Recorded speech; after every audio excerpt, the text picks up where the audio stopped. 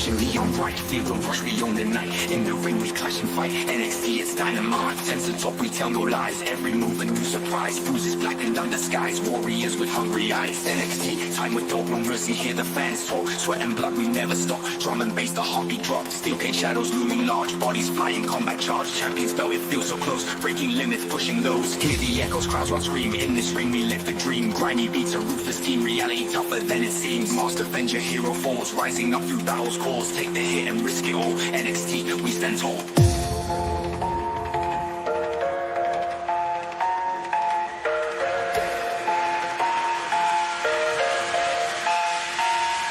We stand tall.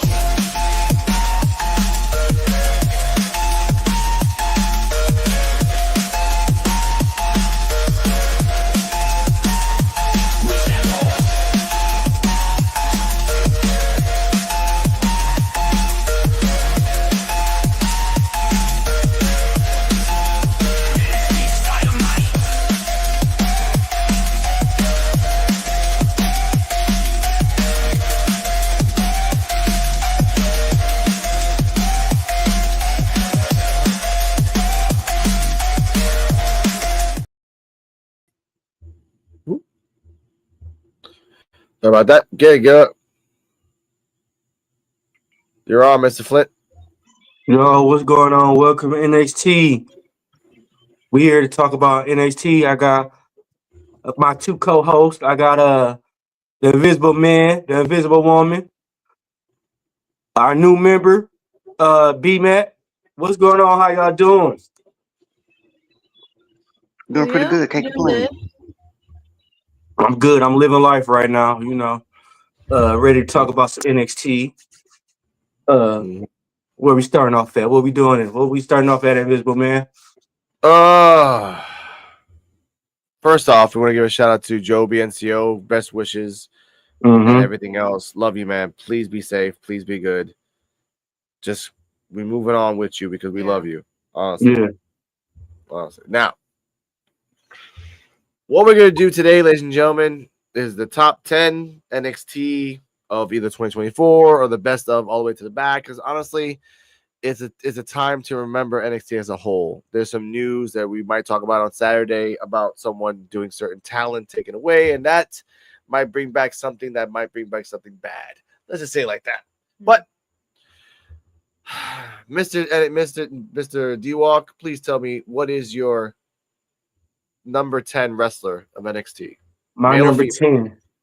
We doing all time or we just doing now? Turn. Up to you. Everyone has their own list, so there's no discretion.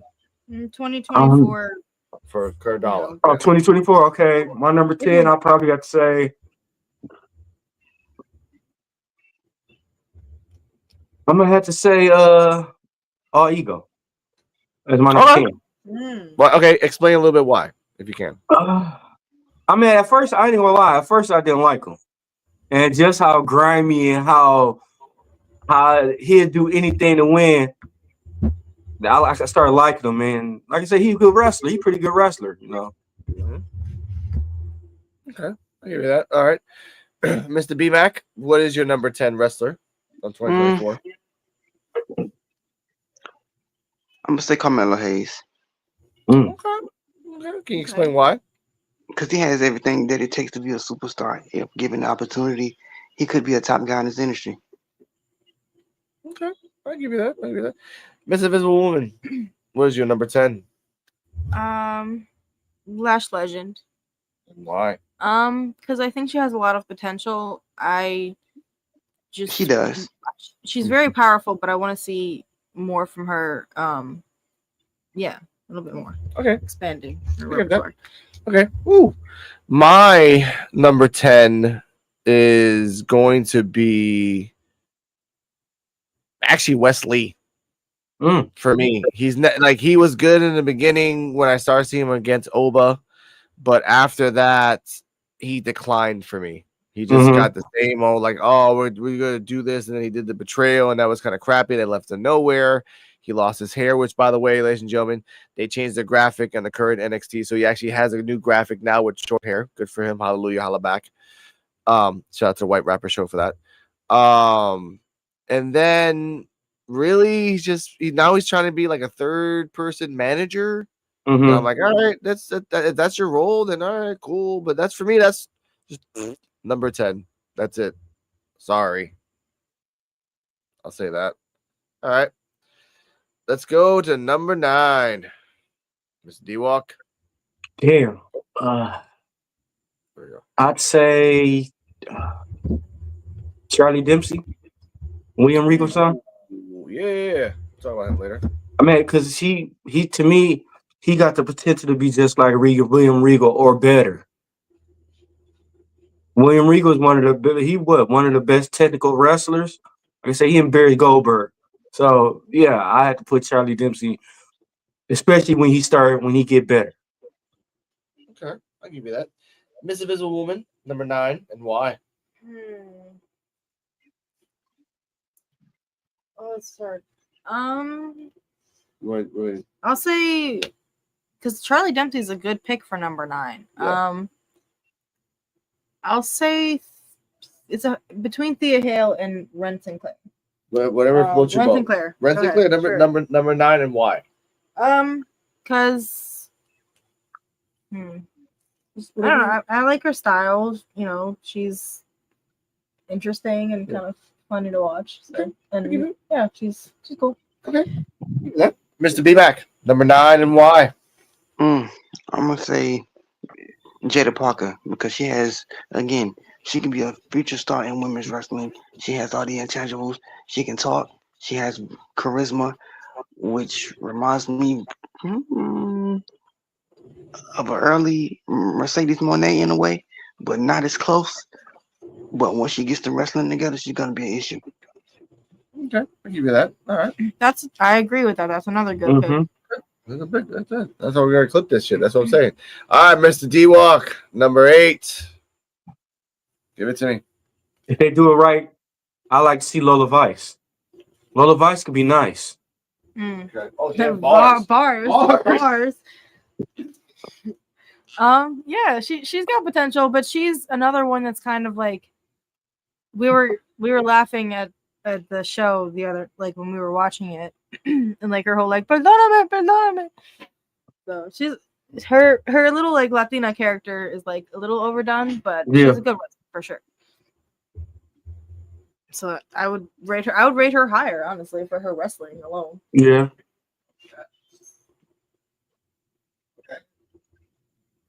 Mr. B-Mac, number 8, and why? I'm also number 8. I'm gonna say Jakara Jackson. Taking on my picks. Because I think she has potential. She has potential, but she hasn't really gotten the opportunity to show what she can do yet. And hopefully 2025, this year, she'll be able to do that because something about her, she has it factor that if tapped into, she can be a money magnet with any company she goes to. That's going to allow her to be. Okay. I'd say that's a good pick. Mine would be Trick Williams. I was saying with Alex, he's not my favorite, but he's been slowly, steadily pulling his weight this whole year. So I give him that. And it was funny. He asked me when we were watching the show, well, I guess should we wait? Should we save that for later?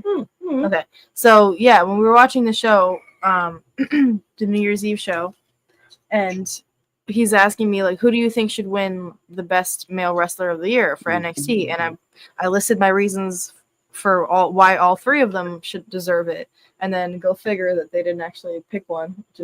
Oba came in and took it, and then Trick came in and was like, "Yo, what are you doing, bro?" And then Eddie Thorpe came in and we'll talk about that later. Thank you for bringing that up. All right, now my number 8 for top NXT is going to be Thea Hale.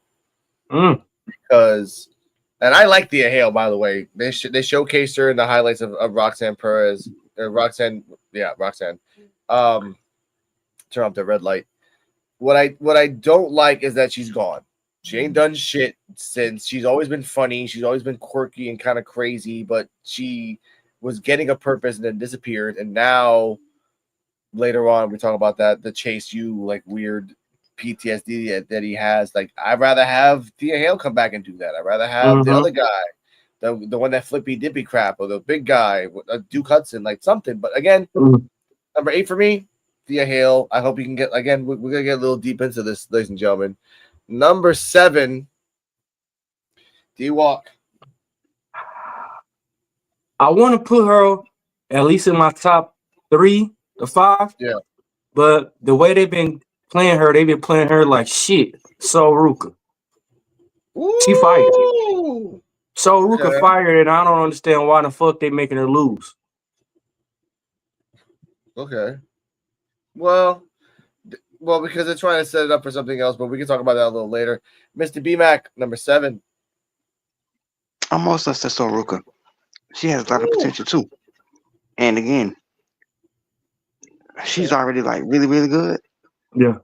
Once she gets a little bit more seasoning and she gets on that main roster, we're looking at Charlotte's replacement. Okay.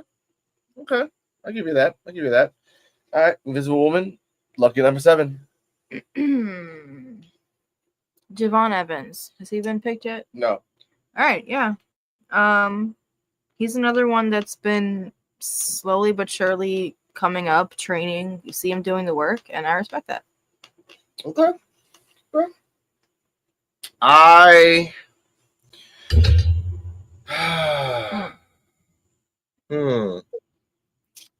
Shit, this is gonna be a hard one for me. Yeah. I think it's going to be.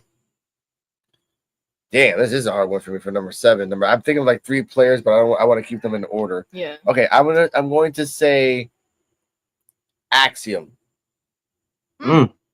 Just Axiom, because he is good. He's good. Frazier is a fucking speedball on crack, but Sonic. Exactly.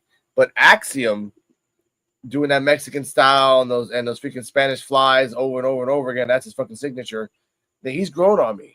And I've never seen his face. So I'm like, all right, it's cool. And you can do the shout out to AEW Serpentico thing where you're a mask called Serpentico, and when you take off your mask, you're somebody else that can do somebody else. You have a loss record in one as a mask, but you have a win record as other. You can play that off. It works. So 7 for me, 7 for me, Serpentico. I mean, not Serpentico, Axiom. My bad, oopsies. Shout out to you. All right. Number 6 with some sticks. D-Walk, who it is? Fallon Henley. Oof, motherfucker. Fallon Henley. All right. Fallon Henley don't even need to be in no group. She could be by herself. She should have been. To me, she should be running up for the NXT title. They've been dropped the ball on Fallon Henley. Why do you like her so much? I mean, like the feud she had with against whatchamacallit, like she should have been next for the NXT titles. To me, either she pissed somebody off in the back, or like I don't know what's going on with Fallon Henley. Fallon Henley, she could have been part of Roxanne Perez's going against Roxanne Perez. All right, hold on. First off, they're giving the shine to Fallon because they gave her a promo for New Year's Evil. All 3 of them. That was it. That was in the show that we'll talk about a little later. Yeah, but I said she didn't need it to be in no group. No, I know. But again, this is Shawn Michaels booking, and he believes that doing one group and it worked one time, do it twice and then do it nice. Nah, it ain't work that way, bro. That doesn't work that way because you got 3 people. You got two people that have been doing the work and a rookie that is kind of better than the 2 guys. Like the Jasmine Nix is getting better than JC Jane and Fallon, in my opinion. Then we go, ladies and gentlemen, number 5 with some what? Oh yeah, we did, but we're going back. Back to number 6. Invisible Lady, number 6 with some sticks. Who's oh my god, what's her name? Who? Okay, you got punch I'm thinking. What's the one who's in the tag team with Sol Ruka? Zaria. So sorry. Zaria, yes. She is my pick for number 6. I know she's kind of like sort of a guest star right now. No, she's permanent. Okay, okay. She's See, I can't tell honestly who's guest stars and who's not. But yeah, I like her. She's got a lot of persona. And yeah, she's a good pick. And I know my number 5 too. Hold up. Okay, I asked you Yeah. there. Thank you for that. B-Mac, number 6. I'm gonna go with what's that girl's name? She was in Stardom. Formerly known as B Priestley. Her. Okay. Bea Priestley. You mean Gigi Dolan? No, the girl. She used to date Will Ospreay. B Priestley. Ah, okay. I know who you're talking about. But yeah, Yeah, that her. is Gigi Dolan. That is Gigi Dolan. She looks just like her. No, she was dating Darby, but anyway, that's another conversation. Right, Okay. Gigi. I like Gigi. Yeah. I wish that Yeah. she would get away. I wish that she would get away from the group that she's in. Mm-hmm. Because she has Yeah. potential to be by herself. And she could be, for this era of women's wrestling, she could be a sex symbol who's badass without having to rely so much on her sexuality. And I wish that they would let them women do that. And she could be that representation of the I'm sexy, but I don't want to lean into that because, bitch, I'm here to like take your head off. Like, I want to see more of that from her. Okay. Speaking of groups, my number 6 is actually Jasmine Nix. Once again, she's on the rise. She needs to get away from JC and Fallon Henley and kind of do her own thing, but she's not there yet. Not for like another year or two, because she's getting better with it. She's like Jakara Jackson. She's getting better every match. She's actually getting better in every match, but she's not shining with a 3-person group that just Fallon Henley's just holding. We all know Fallon Henley's holding that belt until someone takes that shit off. And we'll talk about that Fatal 4-Way later. But that's just my opinion on that. Like, she's not, for me, Fallon Henley, great, but she's not doing anything but holding a belt for somebody else. She's not even defending it in the pay-per-view next week, by the way. She's not. Everyone else is defending their shit except. So, I don't say about that. And Axiom and Fraser. They're not defending their belts either, but we'll talk about them motherfuckers later. All right. Number 5 with a jive. D-Walk. I gotta go with the Don. Okay. The Don. I mean, like, besides that bullshit as how he beat over Femi, the Don always been dope. Okay. And like I said, that spine buster motherfucker too. It is. He's getting better. There's no doubt on that, man. Yeah. Okay. All right, I get that. Mr. B-Mac, number 5. I'm gonna go with what's his name? Thorpe. Eddie Thorpe. Yeah, him. Oh, okay. All right. I wish, and I know they're not gonna let him do it. I wish that they would let him wrestle how he did in New Japan, because he was a beast prior to him coming over there from New Japan. I wish that they would let him lean more into his strong style, because he could be number 1 in that entire men's division based off his skill set alone. Like, that's how dope he is. Damn. Okay. But we don't get to see that because they're hoeing him out and got him looking like a simp. Yeah, for his people all the damn time. Okay, get that. Miss Invisible Woman, number 5. My number 5. Excuse me, that's my phone. I would say my number 5 is gonna be Hank and Tank. I mean, I don't know how to separate the two. You can do those two. They're like, crew. As a crew, because it's not their wrestling so much as their theatrics. Like, they're just fun to watch. And I mean, that's a big factor for me as a casual viewer. Like, I like the technical skill of the wrestling, but for them, it's just, I don't know. They remind me of like theater kids and just the dramatics and like getting the crowd involved. So okay, I'll give you that. All right, that's pretty cool. My number 5 is actually, it's gonna be a weird one because again, it's 2024, and like, again, it's just based on what I've been seeing and the skits that she's been in. Brinley Reese. Yeah, I'm surprised we even say the damn word out loud too. for the simple fact that if you remember this, D-Walk, when she was starting to fuck around with the NQCC, and then almost every week she would like just fucking throw over that big white guy, the guy that has a lisp. Just kept throwing his ass over and over, and then Carmen came in and threw his ass over and over. I'm like, this fucking girl can fucking. I did not expect her to have that much power to do. I'm like, holy shit, that's pretty fucking badass. But now she's in this fucking CW shit, which actually they're in the CW with Dion. So I'm like, all right, whatever. But for now, I like that number 5. Like, I give you that. All right, here we go. Number 4. You walk. I had to say,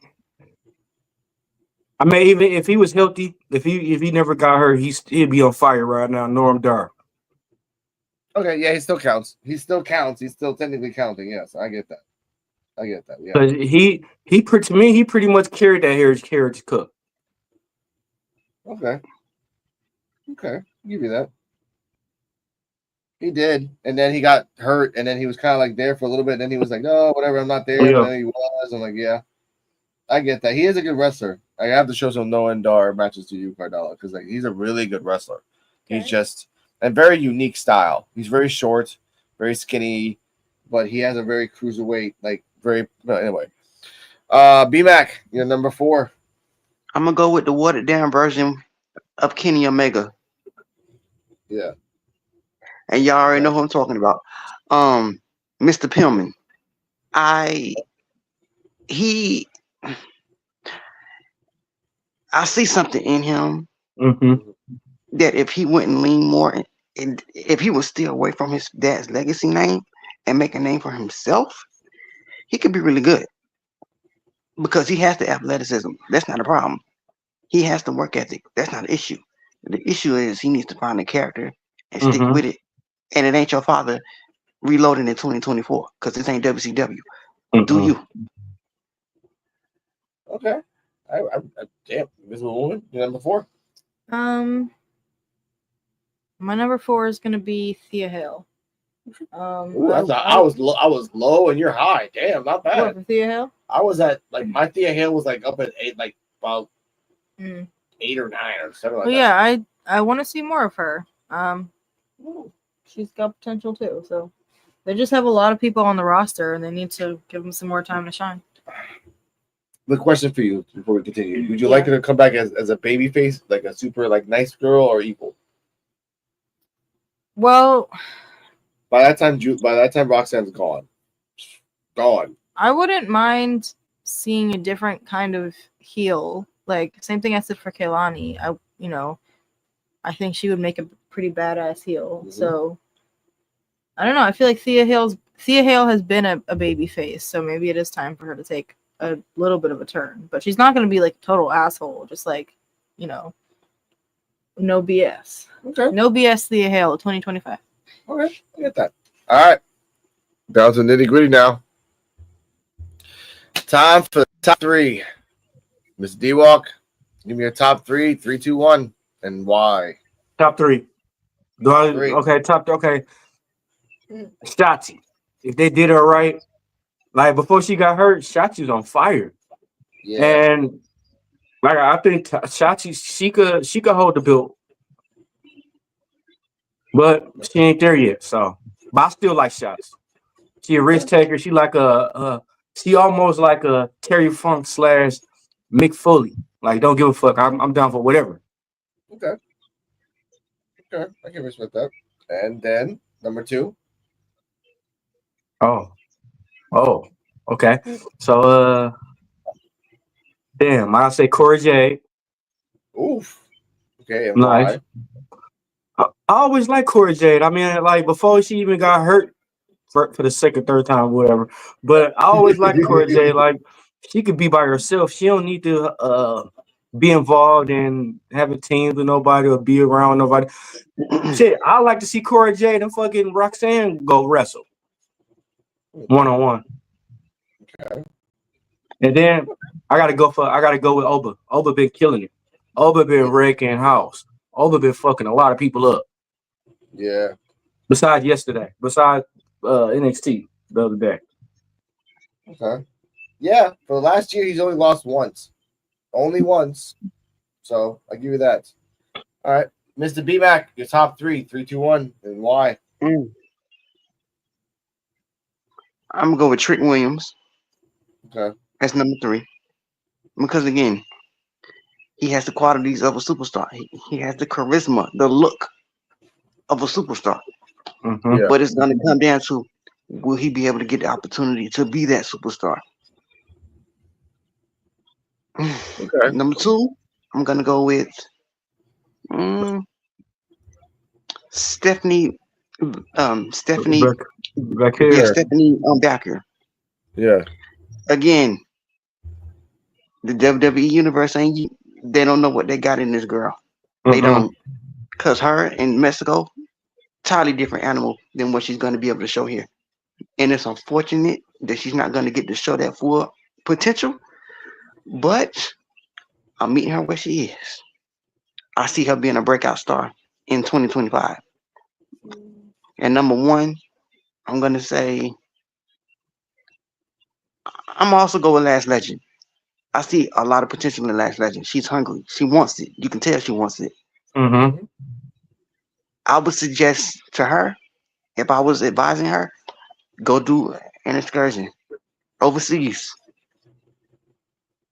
and then Yep. come back a totally different monster. Because the intangibles are there. She should be wrestling like a hoss. You don't see too many women wrestling like a hoss other than Jordan Grace.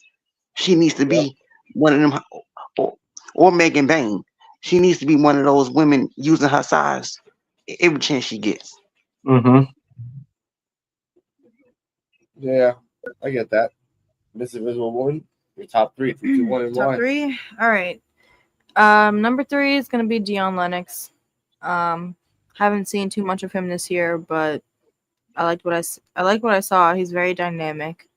And he could pull off a really good like Jekyll and Hyde type character, like Alex was saying. So Yeah. give him credit for Really that. freak out. Number 2 is gonna be Obafemi. He has been like taking a cocky heel turn, but he's a very powerful wrestler, and I love like the energy. And number 1 is Sol Ruka.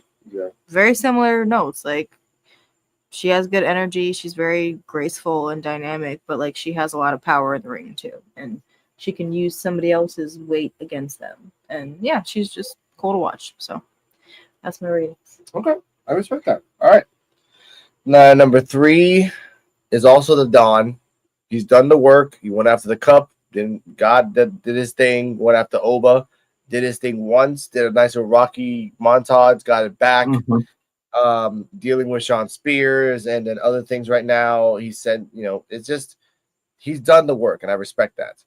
Number 2, Vince Sinclair. For me. Okay. The girl has done her work 1,000 times over. She's getting funnier and funnier. Once Roxanne's gone, it's gonna open up for everybody coming up. Yeah. Real quick because you have Kaylani might turn to evil, and then she might get the belt from somebody else. And whoever takes the belt off Roxanne, which I might be Julia, but I don't really know right now. But whoever takes the belt off Roxanne has to be the babyface. And Let's be honest. If they cannot screw Julia, the girl. This is what I'm afraid of when it comes to her in WWE. They're not gonna let her do what she was doing in Japan. No. Which is be a monster. Her losing to Roxanne next will be a disaster of a booking. Yeah. That's why she's primed and ready. She should be up there no longer than 6 months in NXT, and she should be on the main roster by at least March. True. But with that answer, there comes a question: who's going to be the person that rolls with her all the way to March? Because Stephanie right there. Yeah, but and then you can't do. Yeah, and they got history from Japan, and they got history from Mexico. That can be her arch rival right there. Yeah, but that arch rival can go for a month or 2 months. This is Shawn, this is Triple H, not Triple H. This is Shawn Michaels booking. The rivalry can go no more than 2 months until it adapts or evolves. the fucking Ashanti thing is proof of that shit. So I think you can do Stephanie for a month and a half. Then you're gonna have to either go through the roster all over again, which is gonna be a waste of fucking time, or you do characters that got remodeled because Roxanne's gone. Evil Kaylani, Evil Thea Hale, Cora Jade that's just coming back on the come up. Zarya, that if she's not going after Julia, Zarya can go after the North American and do that shit too. I would like to see an Evil Soruka go after the North American as well. We can switch things up for now because Julia fighting Zarya needs to everybody. be somebody's women's champion in 2025. She needs to be, because she could be. And it's funny that I made this comparison, but she can be this generation's Luna Vachon. Yeah, you could. Because she already got the look. And she's a monster. Just like Luna was. Let this girl be. Don't fix what ain't broken with her. Yeah. Leave her alone. Let her be. And I think Zarya needs to go straight to a singles championship, not a tag team championship. Like, she don't need to be in nobody's tag team. Yeah. Good. That's what I want to say. That's like putting Obafemi in the tag team. What are we doing? He a monster by himself. What are we doing? You don't do that with her. Let her be solo. Yeah, that's true. Now, my number one for me is a person that's done the work. Awesome. Actually, he's Obafemi as well. Obafemi has done the work. He has kicked ass for a long year. He's only lost once. I love to see him versus Powerhouse House, but that's another conversation. Oh, Go on. He's doing good. He's adapting. I did like it. We'll talk about his speech later on tonight on NXT. But again, he's adapting for me. He's done triple. He's done Iron Survivor. He's done freaking singles. He's done grudge matches. He's sat down in Italian restaurants and kind of intimidated the Don. He's freaking talked shit to Trick and said to his face, the only reason you have a whoop that trick era because I've allowed you to have that whoop that trick era. I'm like, this motherfucker's on fire. And I like that for him. He's going to be what they wanted almost to be. Yeah. Too bad for almost. Because almost won the belt someplace else. So, I mean, that's wonderful, but they ain't going nowhere. But listen, Obi, I love him. We don't see too many big men like him come around. He's like a once in a generation big man, and if he's able to wrestle the way that he's wrestling on main roster, I can see him being Roman's replacement when Roman's out the door. True. I think Oba once you go to the main roster, he's gonna be a problem for any division for at least a year or two. But speaking of that, he'll be a boogeyman. Yeah, that's what I want for him to be, because again, he's just having fun in NXT right now. He knows, but either way, ladies and gentlemen, that was the best of 2024. And let's pivot a little because we have plenty of time. We actually cut that really quick. Let's pivot to NXT because Mr. D-Walk was pissed about something specifically. So let's pivot with NXT time with D-Walk review of New Year's Eve NXT episode. And we can go match by match, but let's just talk about general thoughts on this episode, really, because it's just all over the place. What were your thoughts on D-Walk on Kaylani versus Lola Vice? I mean, it was something everywhere. I mean, how do I say it? The match was just something everywhere, and it's just like it seemed like they was rushing it. Yeah. I give you that. I mean, the outcome, I wasn't expecting the outcome. I thought, I wanted to see Lola Vice win. Yeah. Especially, I thought it was over after she had her choked out like that. And then when she ran her on the ropes and she faked it like it hurt it. Come on, man, that's a rope, man. Why are you faking again? She didn't even hit you hard. That flapjack that she did, she played that off a little bit more than the rope thing.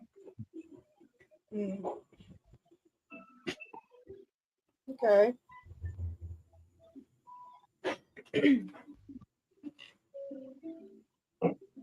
What you think about it, B?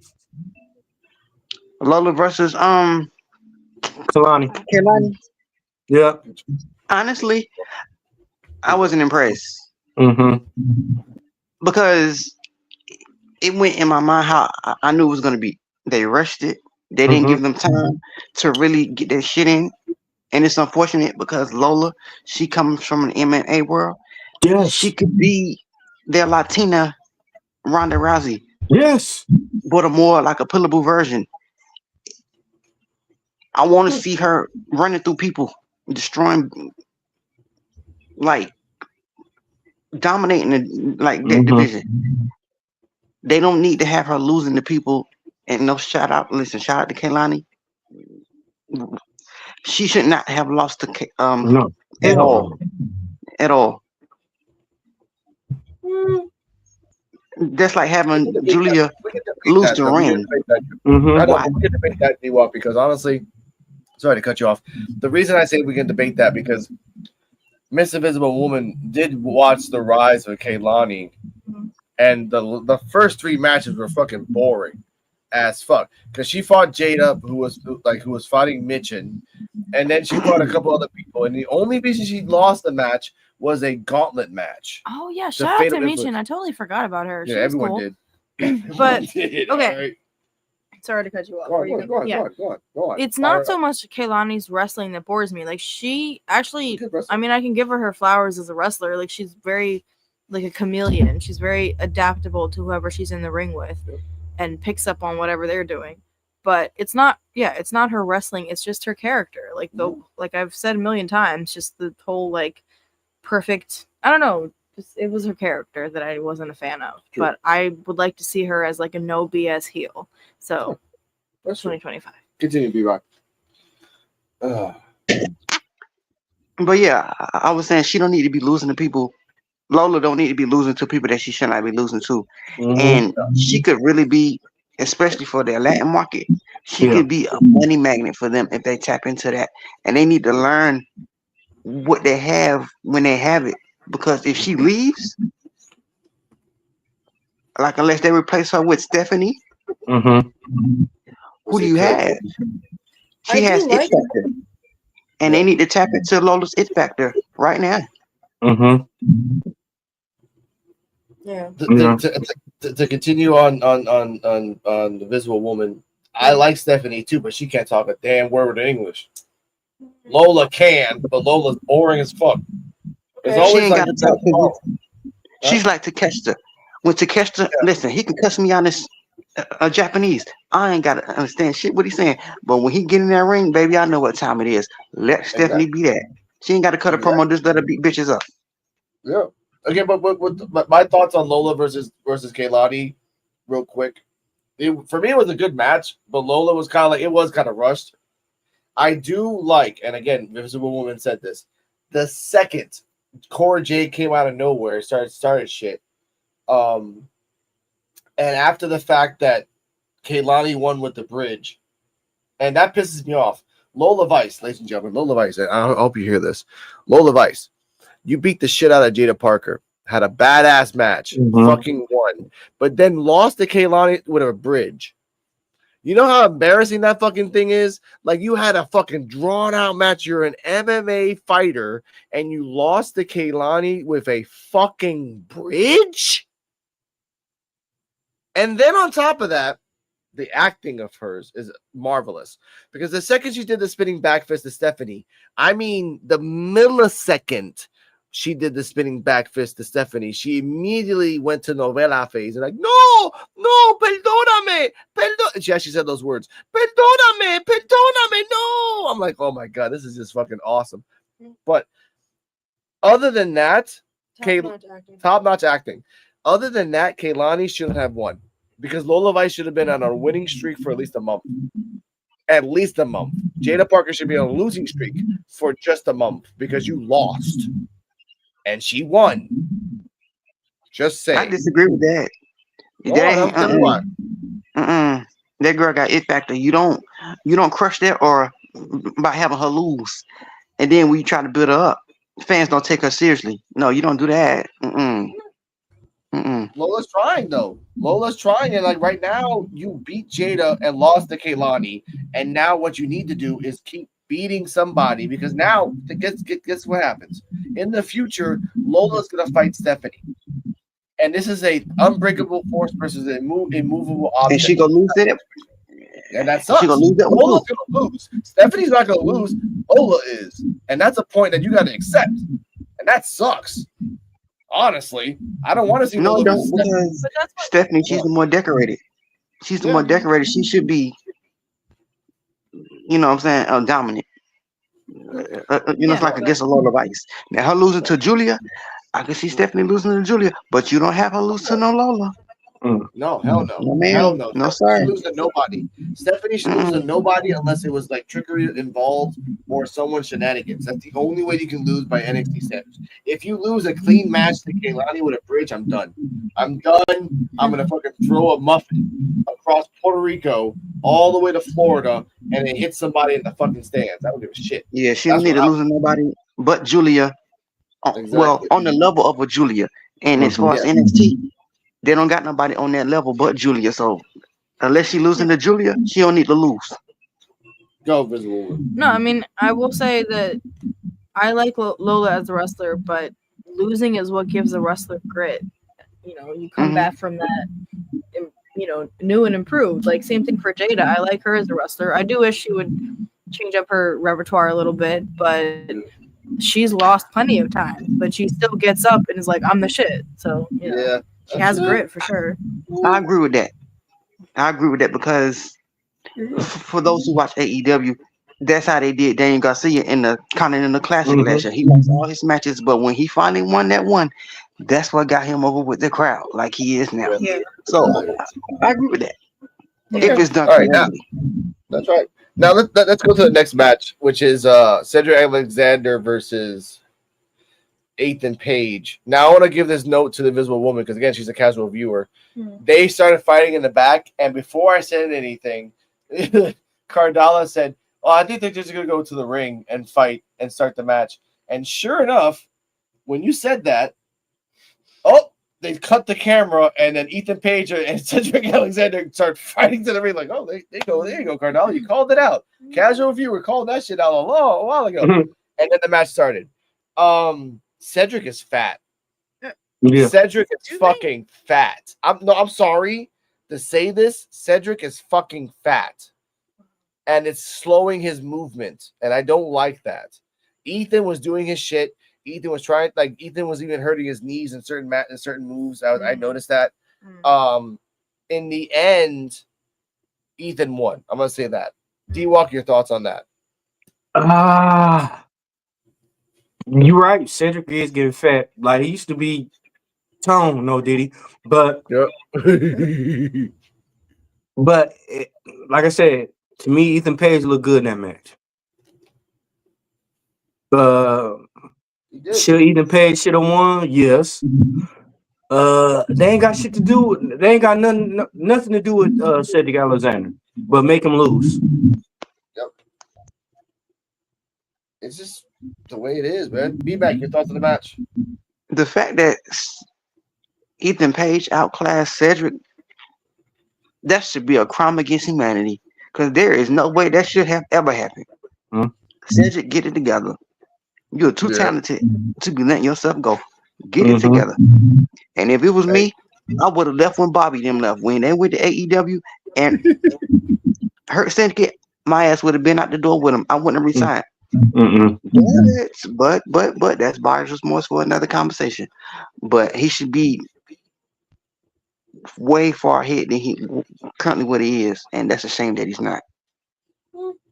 That's just the way it is. Invisible Woman, your thoughts on the match of Ethan Page versus Cedric Alexander? I'm not a fan of this super heel thing that I have going on with Ethan Page, but that's just the person in me who doesn't like to see pain. So.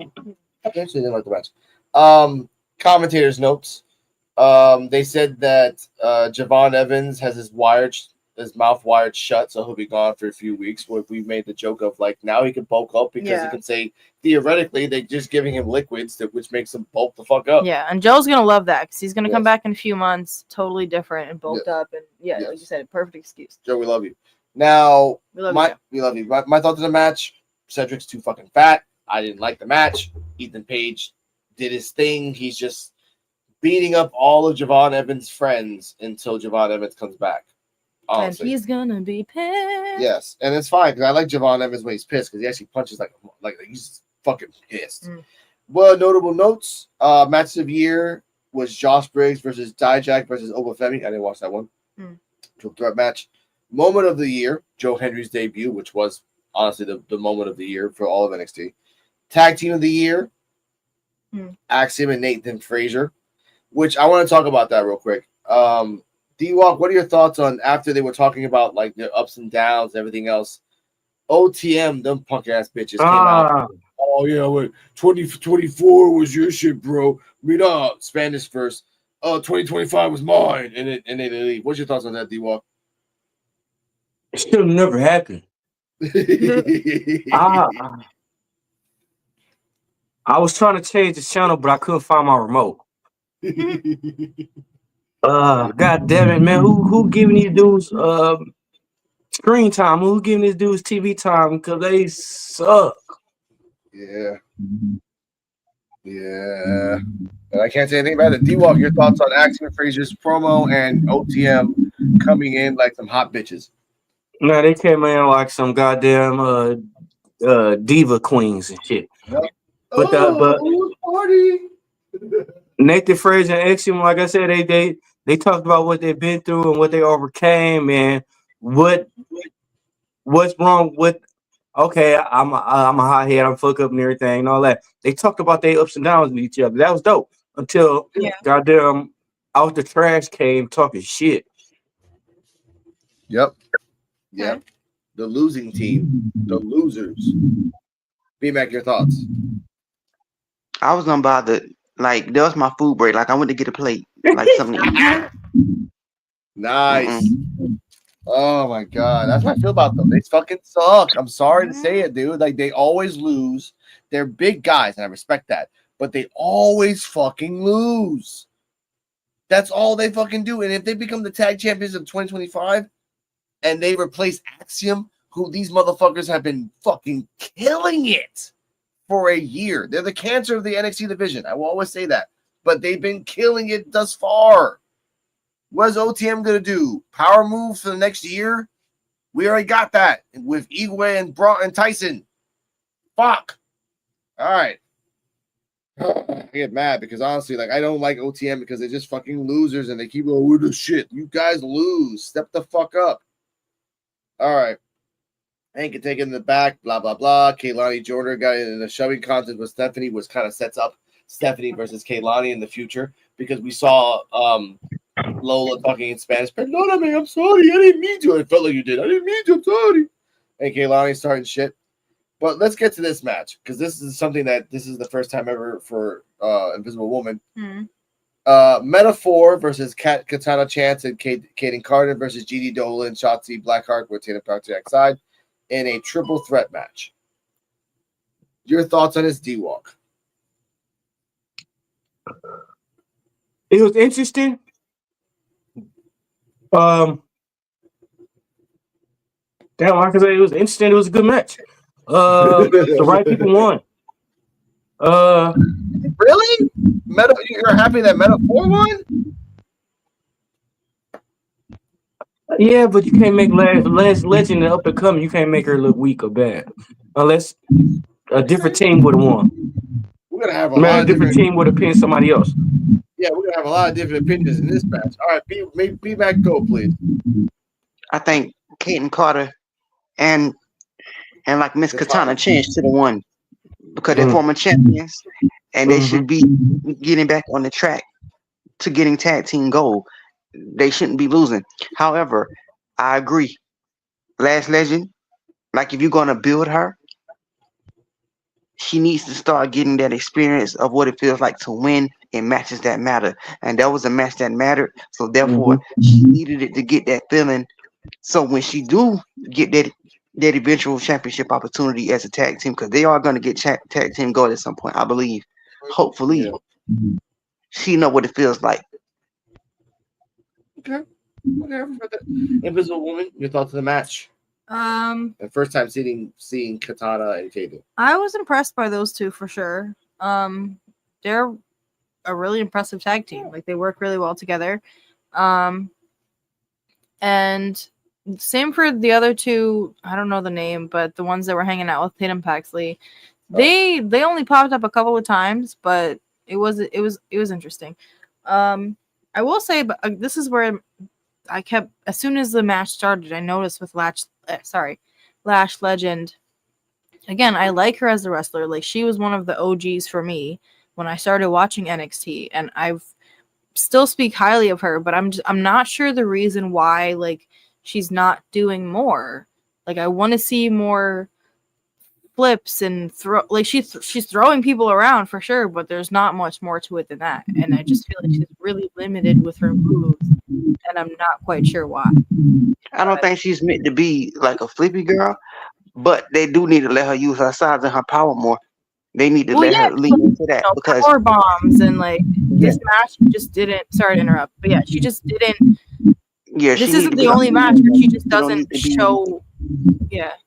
Yeah, she don't need to be grinding pounds. She needs to be boom, boom, boom like powerhouse. Yeah, like I Zarya. want to see her as a powerhouse. She needs to be what Zarya is, like just like running through people. Right now, she's kind of just like, if she feels like a boss in a movie that's just like she's strong, but I want to see right that now. strength utilized. Yeah, sure. Say that again.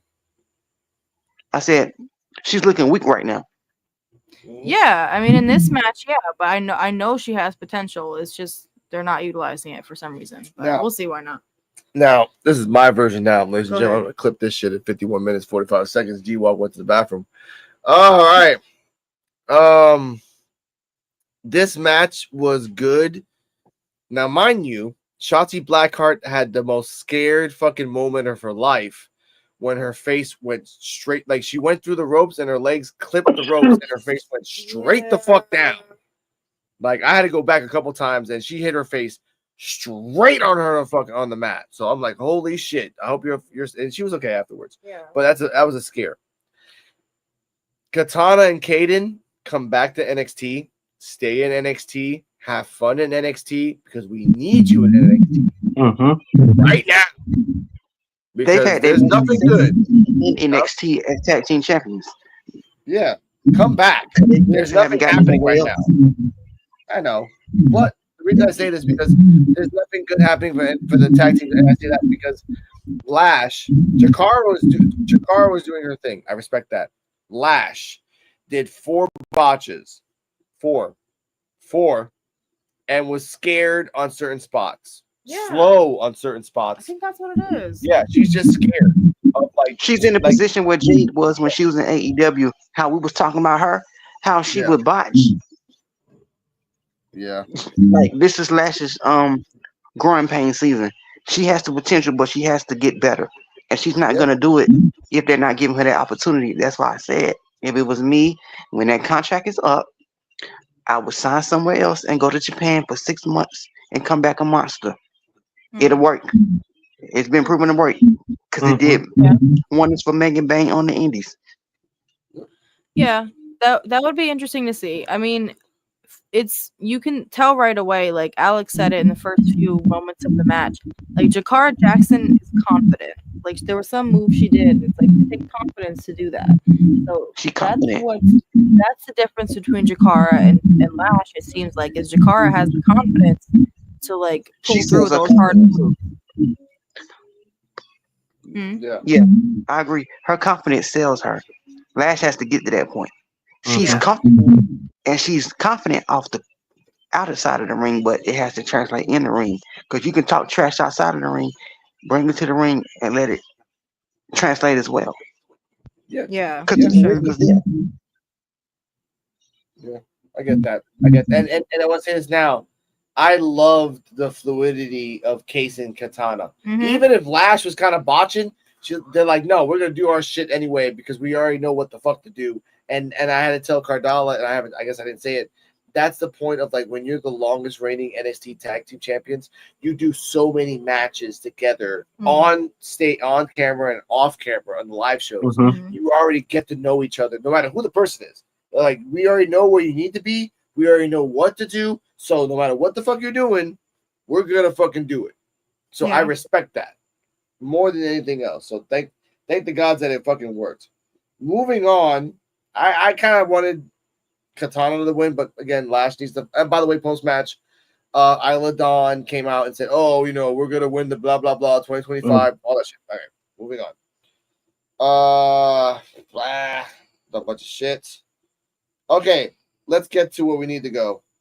By the way, let's talk about this, D-Walk. Ava is in the back with Lexus, William Regal, Charlie Dempsey.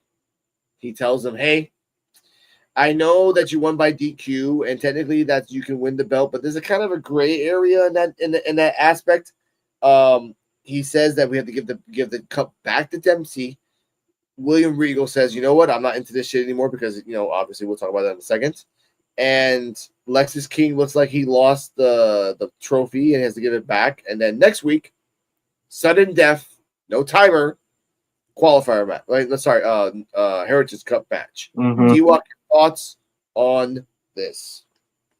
I honestly thought it was stupid. She should have took it from both of them.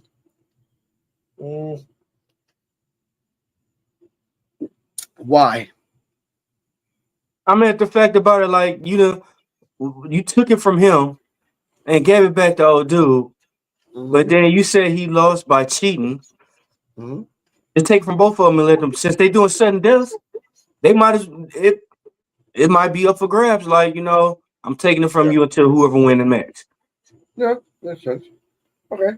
I'm sorry. All right, Visible Woman, your thoughts on that segment that we saw that the Lexus King was all crying and shit. I feel for him a little bit, but he'll come back from it, and he's definitely a character turn for him.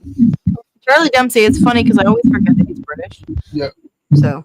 I get that. Be-Back, your thoughts on this segment? It was okay. It did what it was supposed to do. I wasn't wild or impressed or anything like that, but it got over what it was supposed to get over. Now, like, how do you follow it up? Yeah. And this is a question for you, B-Back, before we continue. Do you think that Lexus King is going to cheat to win this match?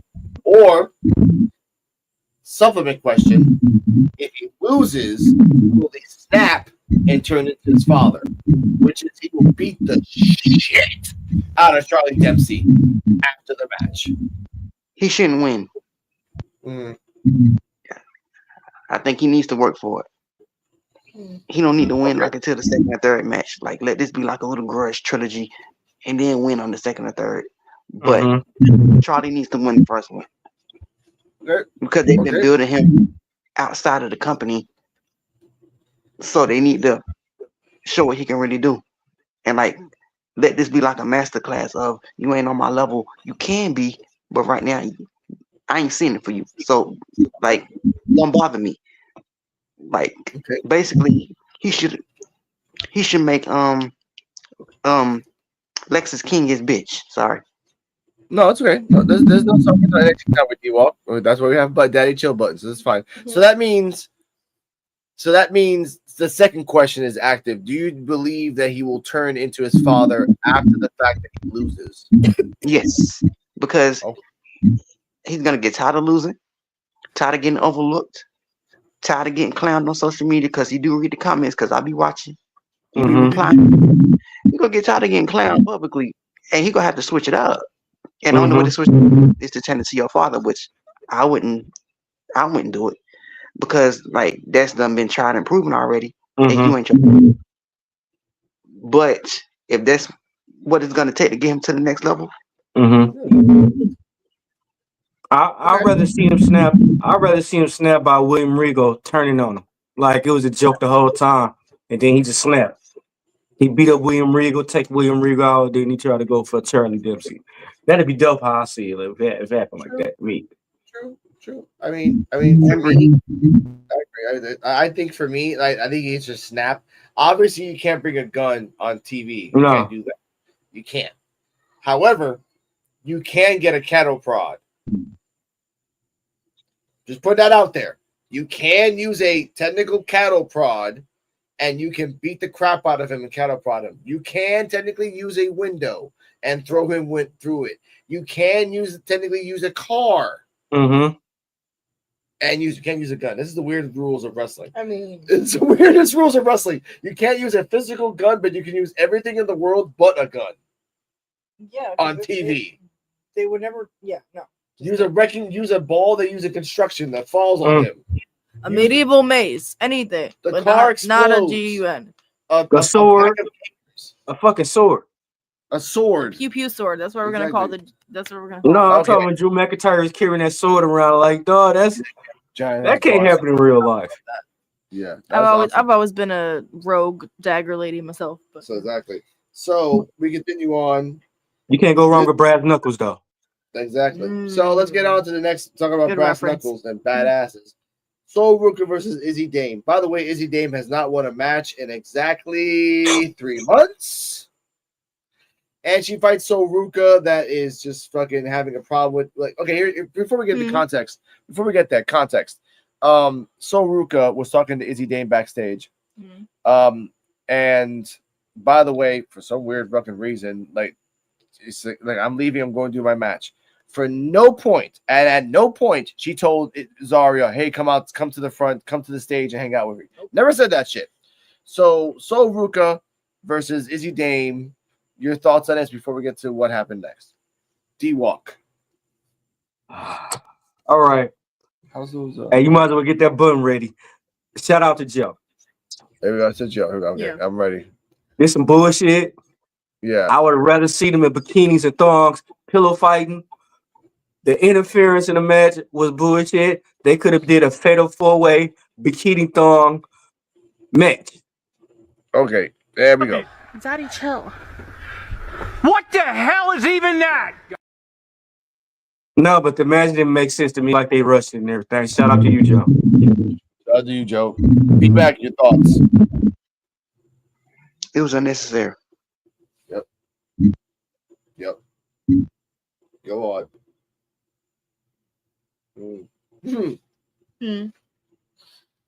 So short and sweet. All right, baby, your thoughts on Izzy Dame versus Sol Ruka? Izzy Dame versus Sol Ruka. It's funny because after the match, I told Alex that you know what, I'll save that for the segment. We'll talk about it. The match itself, again, I just really love Sol Ruka. Like maybe it's the bisexual in me. I don't know.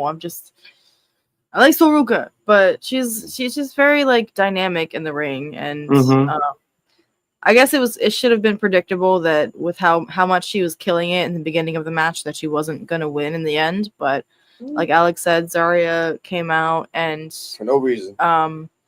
somehow, some way there was intervention, and Izzy Dame ended up taking the win. So and that was bullshit. It was bullshit. yeah. Which, by the way, the reason Sol Ruka lost is that Sol Ruka was doing her acai moonsault.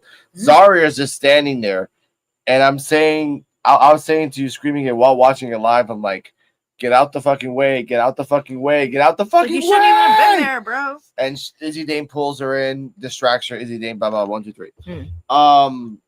I didn't like this match because Izzy Dame is only used like blue pants. Yeah. Shout out to the people that really know NXT. Whoever invented blue pants, it was a woman back in NXT 2013-16 who was called Blue Pants, right? Okay. Like they didn't really want to give her a name, but she would always lose 99.9% of the time, except for that one match where she would always win, where it's out of nowhere. But this version of Blue Pants is that Izzy Dame is whiny, doesn't really do anything. She's really tall. She's like the alternate version of Last Legend, that she's tall and she's big and she's powerful, but she doesn't really do anything. She's boring. And Sol Ruka, being Sol Ruka, I call her the female Randy Orton, can do so much more. But as a babyface, you're fucking stuck. You need to stop. You need to switch it up. You should clip that. You need to stop. Yeah. Sol Ruka, you need to stop. You don't know what I'm talking. Or that's the weight song. Oh my god, we saw that earlier. Yeah, exactly. They don't love you like I Okay. do. We saw it in public. 2 people doing it to each other from like 10 feet apart. It At was the beautiful. beach. It was beautiful. And now, at the end of it, I'm sick and tired of this. Let's go to the next match because I'm getting tired of fucking talking about people that come out of nowhere don't deserve this. Next Interventions. match. That's how they production does its producing. Your thoughts on this match, Mr. D-Walk? Wesley, Tyson DuPont, and Tyreek Igwe versus Chase, Hank Walker, Tank Ledger in a 6-man tag match. To give people context, Igwe, Tyson, and Wes were saying to Hank and Tank, well, before Wes came out of nowhere, they said, hey, why you freaking do that? Why you gotta fight us and everything else? Like, we're cool, but my partner's like, we're trying to get to the top, so I'm gonna follow my partner's lead. Wesley comes in like, hey, if you got a third, we'll do a 3-on-3. Hank and Tank's like, look, we're gonna find someone on New Year's Eve. In the back, they find Chase and say, hey, you ain't doing nothing. I know you've been your ups and downs. Both of them said that. Can you jump in and start like end 2024 with a bang? And then they come out. Now, I want to give a shout out to the Invisible Woman. She brought this subject to the point. When Chase came out, she said, I think I said that too, but you said you agreed with me. What? That I said, this reminds me of when my mom and my sister calls me to do a job in the back of my house. I don't want to fucking do it, but I'm stuck with it because they're family. So that's how I felt, and that's how Chase's faces look like. I'm here. I don't want to be here, but I'm here. And I did like that. And by the way, Wesley got kicked in the face, super kick in the beginning. D-Walk, your thoughts on the match? Well, you already know how I feel about Hank and Stank. Second thing, why the fuck they could have got anybody else but Andre Chase? Third of all, what is y'all gonna do? Why y'all making y'all could have kept Wesley a single. He could have been in the group, but he don't need to be in the group. You have him singles run. The other two dudes. How many matches that they seen him on TV have? Like, this is my first time in how many months seeing him? I'd rather see them than fucking out the trash. Yeah. Okay. Yeah. I mean, I feel like Wesley is like the villain that he's separated from his friends, but he still wants to be in a group. Obvious. So if he has a little tag, heel trio, then good for them. And same thing like I said before about Hank and Tank. I like their theatrics. But I feel like they deserve a win for once. Like, it's obvious they gave OTM the win on this one, but they're a good team regardless. B-Mac, your thoughts? Again, like, I think the right person won, and they should because track to where they have success instead of like constant losses. I hear that. All right.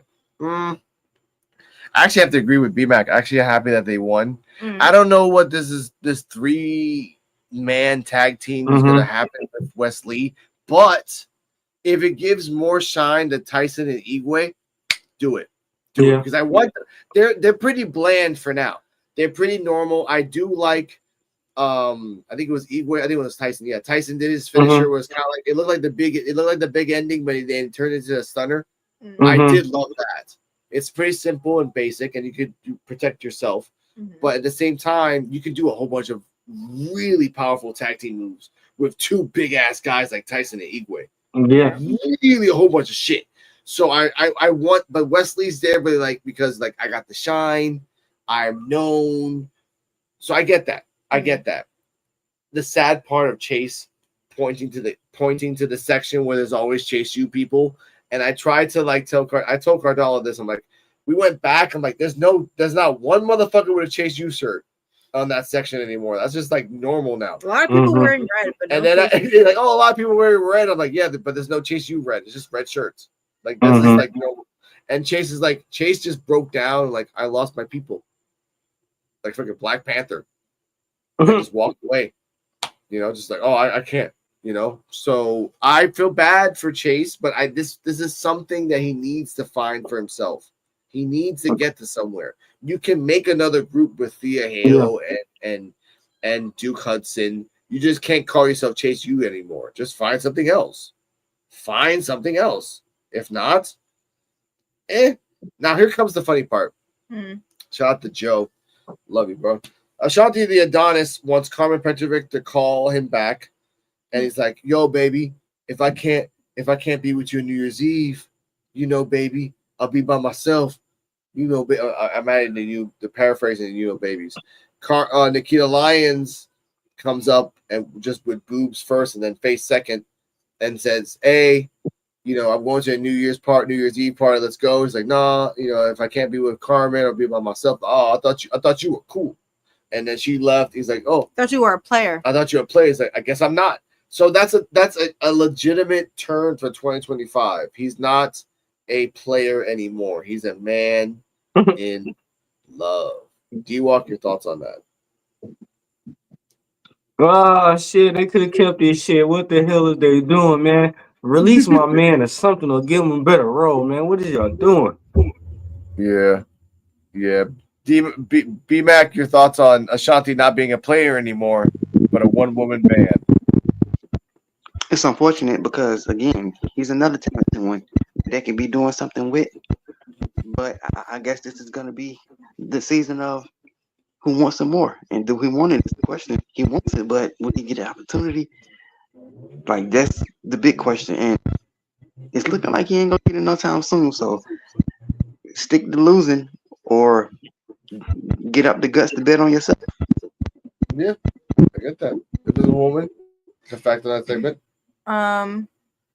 Which segment was it? Ashanti the Adonis. Oh yeah, I mean that one's kind of funny to see because I don't know.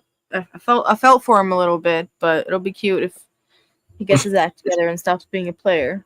Yeah, I mean, Carmen has a TV, so she'll see what happens. Mm-hmm. I'm happy for Ashanti. He needs to apologize to Dion, and they could be a tag team because Dion ain't doing shit right now, and Ashanti's stuck in just fighting jobbers until he does something because he's not gonna fight whoever is the NXT North American champion. He's not gonna fight and win whoever the fucking main champion is. He needs to do something. Be a tag team champion. Do something. Because you can't do this fucking Brave and the Bold shit for the next year. Nah, bro. Sorry. Backstage. After Izzy Dame is walking away and everything else, Sean Spears comes in. He's like, "Hey, baby, I need you to be my team. Hey, baby. I'm Sean Spears." Anyway, Tony D'Angelo says, "Leave her alone." Comes out of nowhere with the family. D'Angelo Spears made a hint that he was the Santa that attacked the Dawn last week, even though we all know it was Rich Holland because he came out and then he tells he tells his number 2 to go after either Sean Spears or the Ridge. So I respect that. Main event. Trick Williams, Oba Femi, Eddie Thorpe segment. Once Mike Rome comes out.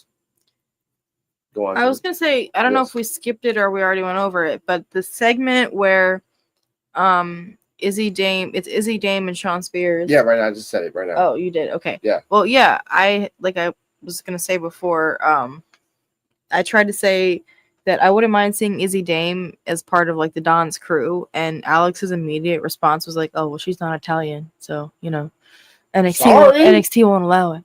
I'm sorry, that's how it is in NXT. You got to be like of a certain race, and then you're cook. Like Izzy Dame is just a tall ass white girl. Like she's not Italian, unless they do it like Owen Hart, where he gets inducted. Like D-Walk knows this, where Owen Hart got inducted to the Nation of Domination, just because.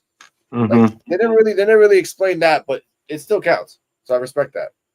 Up next, Mike Rome comes out and says who's the male superstar of the year. Oba Femi doesn't even let him finish. It comes out and says this verbatim. You see, you guys and your awards, you guys understand? It doesn't matter who wins the male superstar of the year. All this is really a prop for the popularity contest.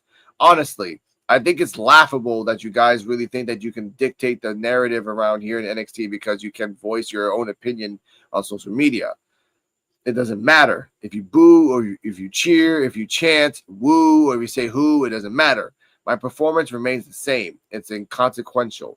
You think you get to control something. You don't control nothing. The only person in this building, in this company that gets to control anything to me is me, because I am the ruler. I'm the one who directs the narrative. I'm the one who stirs the ship. I'm the captain now.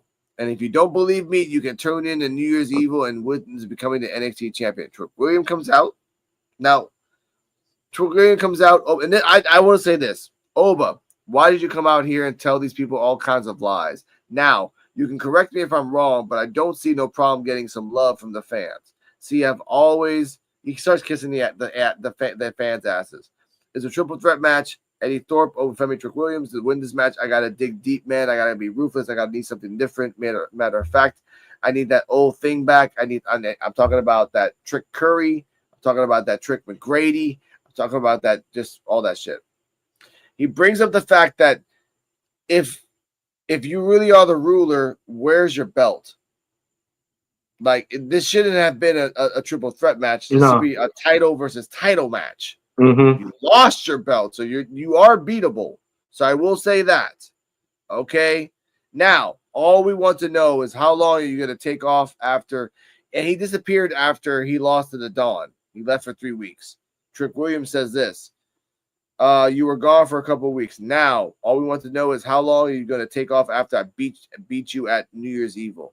Eddie Thorpe attacks Obafemi, breaks the fucking award over Obafemi's face, and raises the belt up high. D-Walk, your thoughts on this segment? I don't like Eddie Thorpe. I don't like this Eddie Thorpe. He ain't showed me nothing on NXT. Nah. Him being on that, and then he how many matches have he won? He ain't won that many matches. Nope.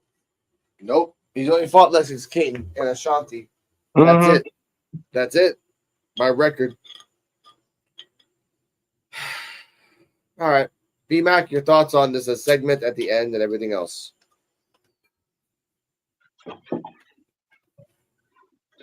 Honestly, I feel it could have been better, and I want to see where it goes next. I'm gonna call it great. It was solid. Okay, I respect that. Invisible Woman, your thoughts on the segment and Obafemi being the captain. What you got? My immediate response to that was, I cannot believe you just said that. No other comments on that, but I'm just waiting for this whole segment with Eddie Thorpe to be over, honestly, because I want to see more of him as a wrestler without all this crap. Yeah. And yeah, again, like I was saying earlier, it's ironic that I couldn't decide who to pick, and I guess apparently neither could they, because all three of them came in to take it. So, and Alex called it earlier too. I noticed that the award was like really lightweight while Trick was holding it, and then ironically enough, it got smashed over his head. So it shattered. Made of cardboard. It shattered. Styrofoam. Oh, it was awful. My thoughts on this was like, first off, Obafemi is being very creative with his talking. Last week he talked about, like I said, last week he talked about going hard. He's going hard on the commentary, and I like that about Obafemi. He doesn't need to. He has the record to back his ass up. He can have a manager to talk for him. He doesn't want to have a manager. Cocky. He's getting so cocky that I almost felt like the only person who could come out to like put him in place is The Rock. Yeah, probably. Like, I'm the captain's like, no, I'm in charge. Yeah, that could work. Or someone like, and this is something that can be in the future once he leaves to the main roster. When he talks to Seth Rollins and Cody Rhodes and all those people, I think and that won't happen for a year because he's gonna win the belt. As the moon rises, as the sun sets, he's winning that fucking belt, and he's gonna be in NXT for at least 6 months to a year, easily, just dominating as it should have been back in the day in NXT Black and Gold. Once you won the belt, you were the dominant motherfucker for at least 6 months. If you were a dominant heel, chicken shit heel, honest babyface, chicken shit babyface, Bo Dallas. We all remember how Bo Dallas was. That's how it was. So, with all that being said, next week let's talk about the matches, ladies and gentlemen, and for you, D-Walk, and everyone else. Let's see our predictions here. We get announced that it's a fatal 4-way. Cora Jade, Kaylani, Lola Vice, and Stephanie Vaquer. D-Walk, who wins? I gotta say Vancouver. Kalani's not gonna win it. Okay. Why? Lola's not gonna win it. That's true. Who you said the other chick was? Cora Jade. Yeah, Cora's not gonna win it. Huh? It was Cora Jade, Kaylani, Lola, and Stephanie. Yeah. Stephanie gonna win. I can't see nobody else winning it. Yeah, I agree. Okay. I think Stephanie winning. B-Back, who wins the fatal 4-way? Stephanie, because I think they're setting up her versus Julia. But Stephanie, whoever wins this fatal 4-way goes after Fallon Henley for the North American. They already Ava just said it and NXT, so I'll put that out there. So, Well, I mean, I guess she's gonna win the championship then. That's the way to separate. Do your title versus title, set up a rivalry your own way, which I do love that. It's unique. Everyone has their own paths. Once they both lose it, they can have another rivalry by themselves. Now, next match: Lexis King versus Charlie Dempsey. No timer. Heritage Cups match. D-Walk, who wins? Charlie. And how? Let's leave like that. And how do they win? Submission. Ooh. Okay. B-Mac, Lexis King, boom, and how? I think Charlie wins clean with no question about it. Okay. I respect that. If it's a woman, Lexis King, Charlie Dempsey, who wins and how? It's a Heritage Cups match. I hope that Lexis King wins fair and square. Although I don't necessarily hope that he wins, that he keeps the belt. But yes, I hope he wins fair and square. Okay. I will say Charlie Dempsey wins the belt back because he's not doing anything else with that fucking thing right now. And he doesn't have no direction right now, so he needs to do something the fuck to do. So I get that. And then afterwards, as we talked about it, Lexis King snaps, and he could be like his dad, just beat the shit out, literally beat the shit out of him. That his crew comes in and he beats the shit out of the crew. That Ren Sinclair comes in and then he inadvertently beats the shit out of Ren Sinclair. He just snaps. That William Regal comes out. He just snaps up William Regal like, you knew my dad. So and then Regal, instead of helping his son, he runs the fuck away. He's like, oh shit, you look just like your dad. Fuck this shit. I have the chance to run away this time. See ya. Hey, you know what match I'd like to see? Yeah. I like to see Charlie Dempsey versus Norm Dar. That'd be a good match for the Heritage Cup title. That would be good. That would be good in the sense of that would be something different. I'll give you that much. Just try to look for the matches. Okay. All right. Next up, Roxanne Perez versus Julia. D-Walk, who wins? Oh, you already know who that one is. You know, Julia should be the new women's NXT champion. Yeah. Okay. Invisible Woman, who wins? What's it again? I'm sorry. Roxanne Perez, Julia, number 2. Julia's taking the belt, but I hope that Roxanne breaks her record first. That's my opinion on that. I want Roxanne to break her record first. Okay. So. Okay. Fine. See what? Okay. Fine. B-Back. Julia, hands down. Okay. Okay. Here's the Rumble's coming in February, so I would say Julia, but if they really want to add the sizzle, you can keep the belt on Roxanne till the Rumble, and then take the belt off her in the next pay-per-view. But it's gonna get a little tricky because that means Julia loses twice. to Roxanne, and you don't really need to do that at all. Mm-hmm. So they're gonna have to find a way to like Julia wins, but doesn't win the belt. Like disqualification. Like, oh, Roxanne cheated, so you win, but you don't win the belt. And then you set it up for February. Yeah. I think that's the only way you could probably save Julia's like record in a sense. But they got to do it in a unique way because I'm tired of seeing that running interference shit. They will have to make something brand new, dope, like no interference, just the way that. Now that depends. That depends as well because if Cora Jade's match is in the beginning, she'll come out beat the fuck up. If Roxanne's match is in the beginning, she'll come back. She'll come out fresh. So that's gonna be like a weird like analysis. I don't know how that's gonna work.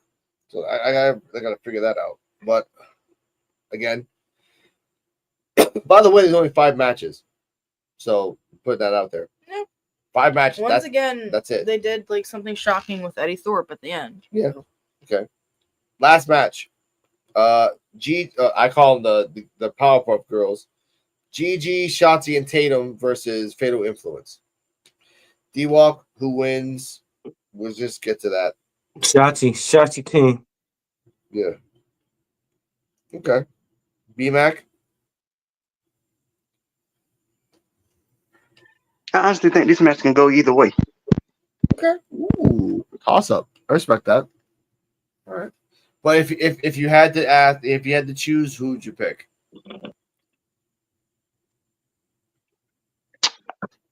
I give Shotzi an opportunity. Okay, that's two for 2. All right. Okay, I respect that.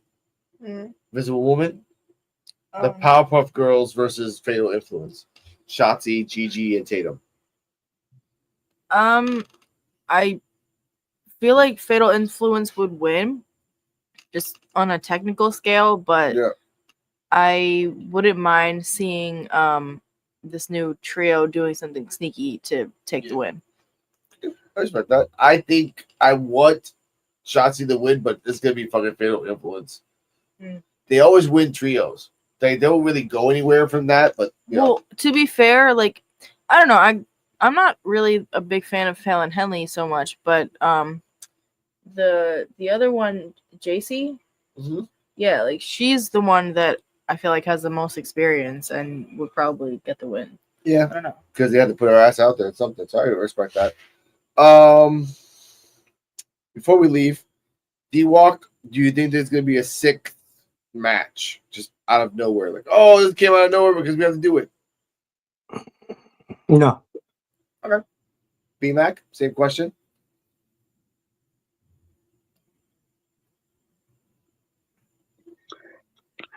So what I said it again? Do you think there's gonna be a sixth like surprise match out of nowhere? That's possible. Okay, respect that. All right. Visible Woman, surprise match. I'm down. If there is, I'm down for that. Okay. I think maybe because they want to like shock the crowd because again, these 5 matches on paper are kind of cool. Like I want to see the triple threat and I want to see the fatal 4-way. Mm-hmm. I don't give a shit about the Lexus King match, and I don't give a shit about the triple tag team. Mm-hmm. I don't. So that's 2 out of 5 matches that I only want to watch. Mm-hmm. Just saying. There's nothing really else to do. But ladies and gentlemen, D-Walk, take it away. Let's go home. Thank y'all for coming through. And it's another episode of NXT. My guest, Mr. and Mrs. Invisible Man, B-Mac. Good show tonight. Thank y'all. See y'all Saturday. That's 9 o'clock. Right. Hey, Joe, we miss you, bro. Get better, all right? Yeah. Exactly. And before we go, like always, Mr. B-Mac, please plug out your socials for the world on YouTube's. It's _Mark on Twitter with 4 B's. All right. And Mr. D-Walk, put it out there for the sexy man and women out there. YouTube, Dennis Walker. Instagram, Dennis the Menace.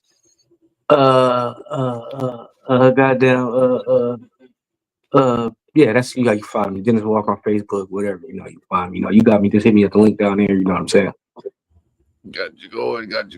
All right, ladies and gentlemen, you can find me on Alex Coquito, ALEX space COQUITO, and on Rican Reactions, RICAN space REACTIONS.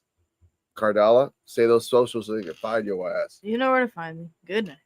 Okay, that's just how mysterious she the fuck is. Nah. All right, thanks for watching. Lace up your boots, we're about to fight. NXT in the house, bringing the hype. We walk on bike, ready to ignite. Detroit hip hop, we take that flight. Body slamming, the crowd's going wild. A square circle with the kings of the pile. NXT superstars, we're breaking the mold. This Detroit beat will never get old. Damn, Rican, where you found this?